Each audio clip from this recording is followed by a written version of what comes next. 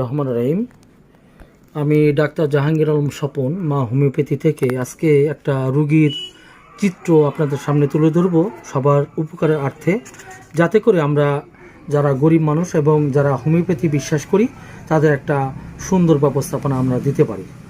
তো প্রিয় বন্ধুরা, আজকে আমি যে রুগীটার কথা বলবো এর নাম নাওমি, বয়স 2 বছর একটু বেশি না, 3 বছর। আচ্ছা, এই বাচ্চাটার প্রথম একটা কষ্ট যেটা দিয়ে আমি শুরু করতে চাচ্ছি সেটি হলো ওর পায়খানা এবং প্রস্রাব বন্ধ থাকে, পেটে ব্যথা শুরু হয় এবং ওর পায়খানা হচ্ছিল না একেবারেই, যদিও প্রস্রাব করতে যায় অনেক জ্বালা পোড়া, অনেক কষ্ট নিয়েও হসপিটালাইজড হয়। সেটা কি হলো, প্রথমে আরোগ্য সদন, ওখানে এই যে আমরা দেখতে পাচ্ছি ওকে ভালো ভালো ডাক্তাররা এখানে দেখে এবং কিছু টেস্ট মেস্ট অনেক কিছুই করানো হয়। সেটা 30/5 ও আসে আমার কাছে, তারপরে যদিও এই যেখানে আপনারা দেখতে পাচ্ছেন অনেক ভালো ভালো টেস্ট এখানে টেস্ট করে দেখা গেল যে একটা পর্যায়ে কি বলছে যে ওর পেটের কি হয়েছে, নাটা শুকায় গেছে এবং একটু প্যাচ লেগে গেছে, এরকম একটা কিছু বলছে যে এটা অপারেশন যারা কিওর হবার নয়, যে এখানে এটা হবে না, আপনার ঢাকা নিয়ে যান বা সার্জিক্যাল করেন। তো এখানে যারা দেখছে তারাও ভালো ভালো ডাক্তার, বড় ডাক্তার আরোগ্য সদনে দেখছে। তো সেখানে তারা ব্যর্থ হওয়ার পরে মেয়েটার ব্যথাটা কিছুতেই কমতেছিল না। আমরা মেয়েটার ছবি এখন দেখি, এখন মেয়েটা অনেক ভালো আছে, এখন খাওয়া দাওয়া পায়খানা প্রস্রাব সব কিছু ভালো আছে। তো আমরা এই যে আগের টেস্টগুলো আমি এখানে দেখি, আমরা দেখা গেল অনেকগুলো টেস্ট করার পরেও ওর বাবা মা এতটা ক্লান্ত হয়ে পড়লো যে মেয়েটা 10 দিন 10 রাত বা 7 দিনের মতো ঘুমায় না, কান্নাকাটি করে।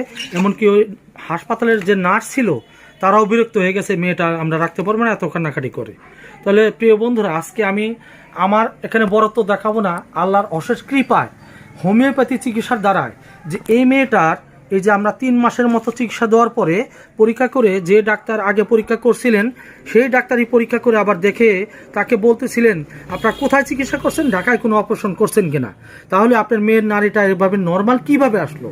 তো ওনারা বলতেছিল যে হোমিওপ্যাথি আমরা চিকিৎসা নিচ্ছি, কিন্তু সে বিশ্বাস করতেছিল না বা এটা বিশ্বাসযোগ্য না যে অপারেশন ছাড়া নারীটা এভাবে সুন্দরভাবে কিভাবে সুন্দর হলো।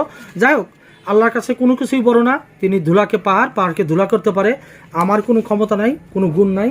হোমিওপ্যাথি যেমন একটা মিরাকেল সেটা জানানোর জন্য, বা হোমিওপ্যাথি নিয়ে যারা নাক ছিটকায়, যারা বলতে চায় যে ভালো হয় না, তাদের উদ্দেশ্যে আমার বলা যে দেখেন, প্রয়োজনে প্রত্যেকটা শাস্ত্রের উদ্ভব ঘটে। হোমিওপ্যাথি যেমন দরকার আছে, এলোপ্যাথিরও দরকার আছে। আমি বলছি না কোনো শাস্ত্রের দরকার নাই, তবে আমরা সহজলভ্য উপায়ে সুন্দর কাটা ছেঁড়া যারা জীবনের ঝুঁকি নেওয়া ছাড়া যে সুন্দর চিকিৎসা দিতে পারি, সেটা একটা প্রমাণ দেখানোর জন্য মূলত এই সাক্ষাৎকার নিচ্ছি। আজকে আমি এখন তার বাবা মার কাছ থেকে কিছু শুনবো। বলেন আপনার মেয়ে সম্পর্কে। প্রথমে একদিন রাত 2টার দিকে বমি করে, এরপরে সকাল থেকে কান্নাকাটি করে প্রচুর। আমরা আরোগ্য সদনের প্রথমে দেখাইছিলাম হচ্ছে পারভেজ স্যার। জি, পারভেজ স্যার হচ্ছে ওষুধ দিল, দেখে আমি কিছু লোকাল ওষুধ নিয়েছিলাম, ওইগুলো বললো যে এগুলো খাওয়ানো যাবে না, আমি ওষুধগুলো দিলাম, এগুলো খাও।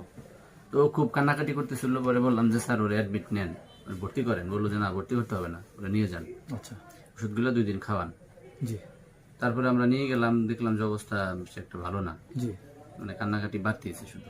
স্যালাইন ক্যালোনা লাগানো ছিল, তাই না? ওইটা পরে করছিল, পরে ভর্তি হওয়ার পরে। আচ্ছা আচ্ছা। পরে দেখলাম 2 দিন পরে যে না, আসলে জিনিসটা মানে আরো বেশি। জি, পায়খানা করতেছে না, ঠিক মতো প্রস্রাব করতেছে না, পায়খানা বন্ধ হয়ে গেল। আচ্ছা, তখন আমরা খুব ভোরবেলায় গেলাম, তাই না? সকাল 5টা বাজে গেলাম, যে প্রথমে শিশুতে করলাম। শিশুতে থেকে পরে একজনে আমার বললো যে এখানে ভালো স্যার নাই আপাতত, টেস্ট দিল। তা আমরা পরে গেলাম সায়েদ স্যারের কাছে।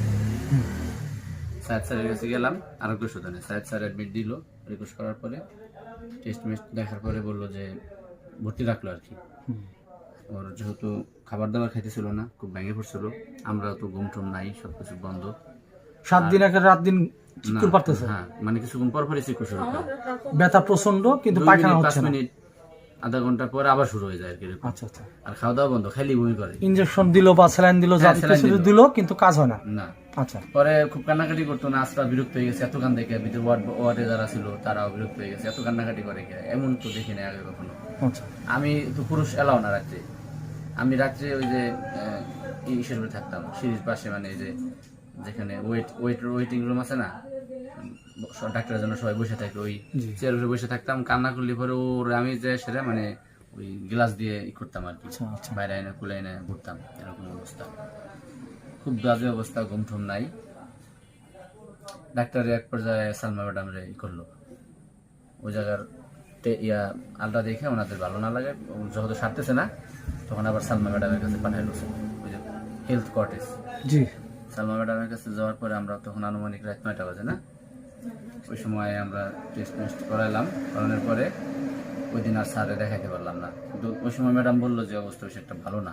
আচ্ছা, স্যারে দেখাইতে পারলাম না, পরের দিন স্যার দেখে দেখেই বললো যে ওকে ঢাকা অথবা ফরিদপুর 500 বেডের সার্জিক্যাল ডিপার্টমেন্টে ভর্তি করেন। আচ্ছা, পরে আমি তো ভেঙে পড়ছি খুব, তখন আর বুঝতে বাকি রইল না যে ওর নারীর সমস্যা, অপারেশন করতে হবে, এরকম একটা বোঝা গেল। যারা ওখানে ছিল তারা বলতেছিল যে সার্জিক্যাল ডিপার্টমেন্ট মানে ওই অপারেশন করা লাগবে। জি, এখন আমি মানসিকভাবে খুব ভেঙে পড়ছি, এমনি তো ঘুম টুম ছিল না, মানে আমার মানে চোখের পানি, আমি আমার স্ত্রীর সামনে কাঁদতেছি না, কিন্তু আমি বিষয়টা মানে আমার খুব কষ্ট পাইতেছি আমি।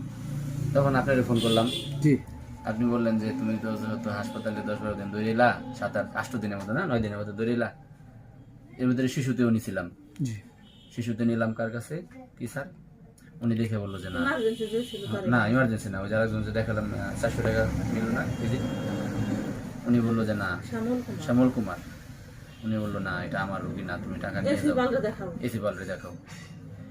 তখন আমরা এসি পাল স্যার ওই দিন নাই, যাই হোক পরে আমি আপনার ফোন দিলাম, এসি পালরেও দেখাইছিলাম, এসি পাল স্যার ওর পেট ঠেট ধরে পরে বললো যে ওরে অ্যাডমিট করতে হবে। আমার মূল উদ্দেশ্য আমি ওরে অপারেশন করবো না আর কি। জি, আপনার প্রতি বিশ্বাস ছিল, মানে আল্লাহর রহমতে, আল্লাহর উপরে ভরসা করে আপনি ফোন দিলেন, পরে বললেন যে আমাকে তুমি একটা দিন সময় দাও, 24 ঘন্টা সময় দাও না, এরকম বলছিলেন। তো আমি তো সবকিছু ব্যাটিং বুটিং নিয়ে একবার আপনার কাছে এখানে চলে আসা হয়েছে।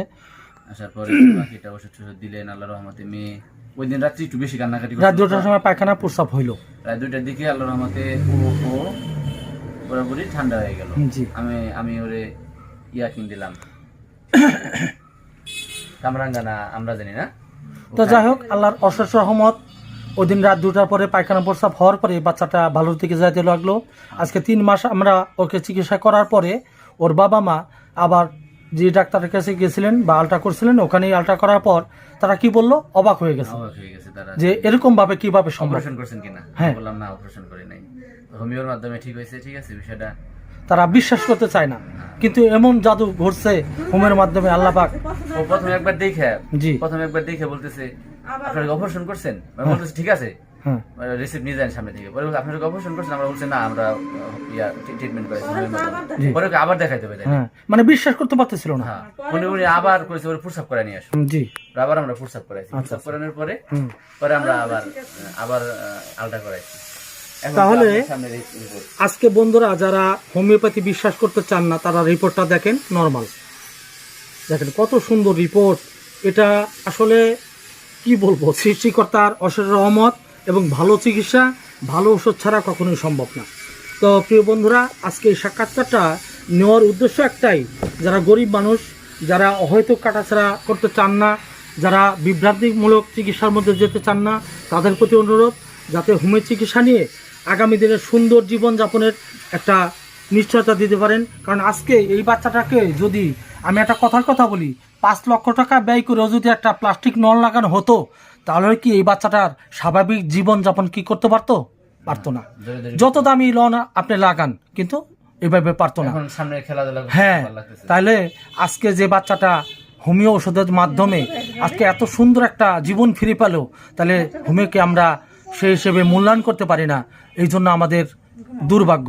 তো প্রিয় বন্ধুরা, সবাইকে আহ্বান জানাবো আমরা যাতে হোমিও নিরাপদ চিকিৎসা নিয়ে আগামী দিনে সুস্থ জাতি হিসেবে আমরা গড়ে উঠতে পারি। সকলকে ধন্যবাদ। আসসালামু আলাইকুম।